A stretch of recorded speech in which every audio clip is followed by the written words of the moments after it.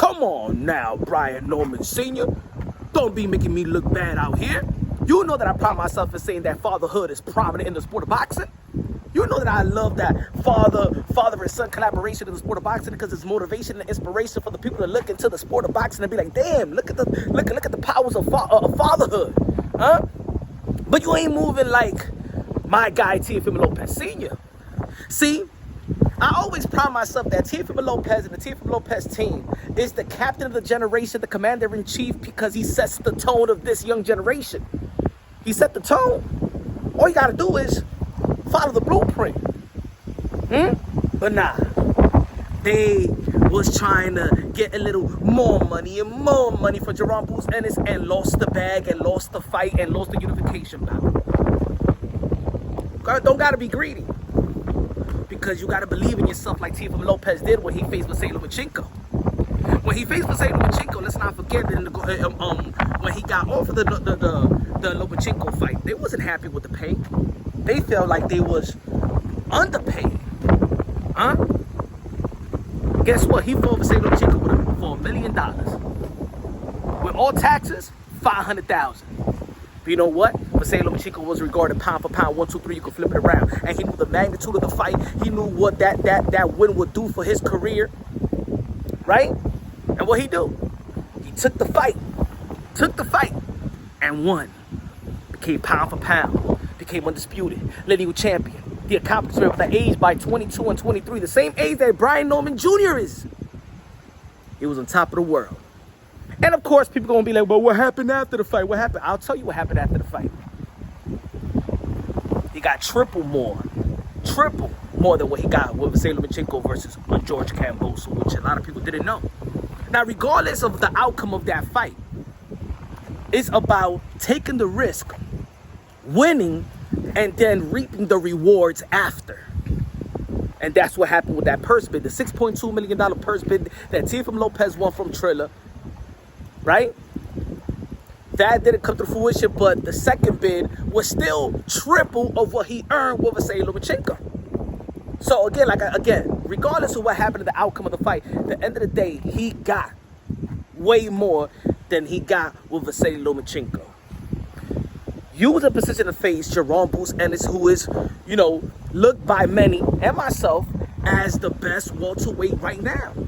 The best welterweight right now, Jerome Bruce Ennis. And shout out again, fatherhood is prominent in the sport of boxing. Shout out to Bozy and Boots, right? It's a beautiful thing. It's a beautiful thing, right? It would have been a beautiful thing to see both you guys in the ring and see the fathers, because I respect all the fathers. All I'm saying is, you got to believe in yourself. You got to believe in yourself and take the risk and know that if you go inside that ring and beat Jerome Bruce, and is a guy that a lot of people see that he's the guy that's going to give Terrence Bud Crawford the ultimate challenge, right? That's the illusion. Can you imagine what it be Jerome Bruce Ennis? What you think was going to happen after that? You would have got triple, quadruple more than what you would have earned in fighting Jerome Bruce Ennis. See, this is why, guys, I always say, and again, look at the call-outs.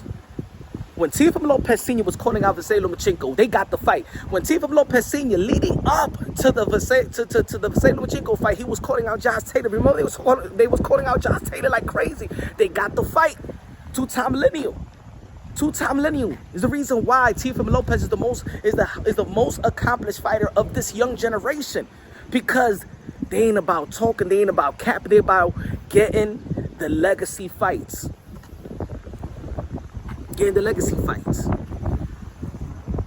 That's why by the age of 23, Teofimo Lopez accomplished what he's accomplished. And this is why you, at the age of 23, Brian Norman Jr., got a vacant title. Teofimo Lopez never got a vacant title. He beat Richard Comey. Let's not forget that. He beat Richard Comey. After the performance where a lot of people didn't feel like he was ready for Richard Comey after the Nakatani fight. But his father laid out the plan. And he told his son, we're not going to get away from a Vasily Lomachenko fight, even if it was getting lowball, because this is bigger than just the pay. This is history. And Teofimo Lopez has been going for history. So, Brian Norman Sr. learned from Teofimo Lopez Sr. See, when they call for a fight, they get the fight. So, I think it should. I know Eddie Hearn already said that fight has sailed. I believe so.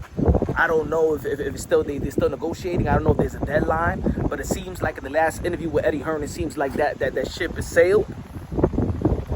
But this is the reason why in my channel, you know, I show so much love to the Teo team, to his dad and Teo, and it's just not because, you know what I'm saying, they cool. It's because they're cool for boxing. They're cool for the morals of the sport of boxing. And that's why I called Teo the captain of the generation, the commander-in-chief. Yeah, I thought that it was just a nickname just because I'm trying to rhyme or something like that or make it sound good. That's why I called Teofimo Lopez the captain of the generation, the commander-in-chief of this generation, because he's the one that set the tone. Still the most accomplished fighter of his young generation. And he's still calling out to be the best. Even when people think that he's crazy, he's calling out Terrence Bud Crawford. Yeah, he's still calling out guys, and y'all may think that he's crazy. Who's the one that said that humbles the boxing world more than Teofimo Lopez? He humbled y'all with Vasily Lomachenko, humbled y'all with Josh Taylor, where everybody thought that he was going to lose. He was the underdog. See, he's not afraid to be the underdog. It seems like Brian Norman Jr. and the team feels like, you know what? They don't want to be that type of underdog. What you going to do? Get a couple of easy fights in November. Another fight.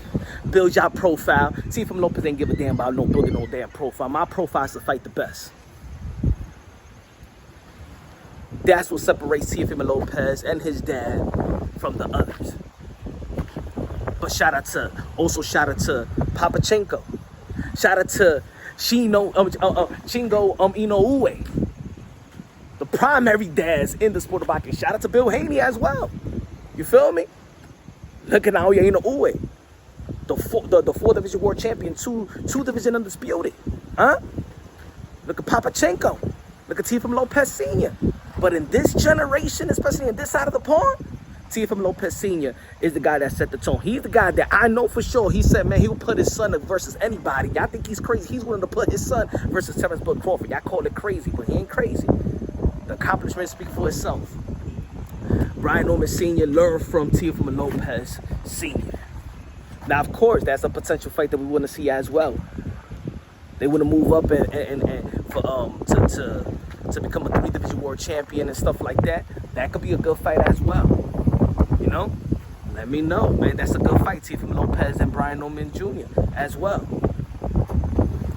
But I think that, you know, they already had a date.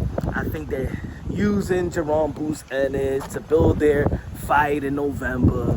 What is it, November 2nd, November 8th? Y'all been having that date for a while. I knew y'all wasn't going to fight. No, I felt the energy. I sensed the energy. They don't got that Teo Senior energy. Nah. But I respect y'all. Feel me? I respect all. If y'all know the channel, I respect all fathers in the sport of boxing. I think y'all doing a wonderful thing for y'all son. Some are in better position than others. But keep on the grind, keep on building, keep on molding your son. Yes, Brian Norman Jr. is still young. At the end of the day, you got to do it like Teo Sr. Take over. What's your name?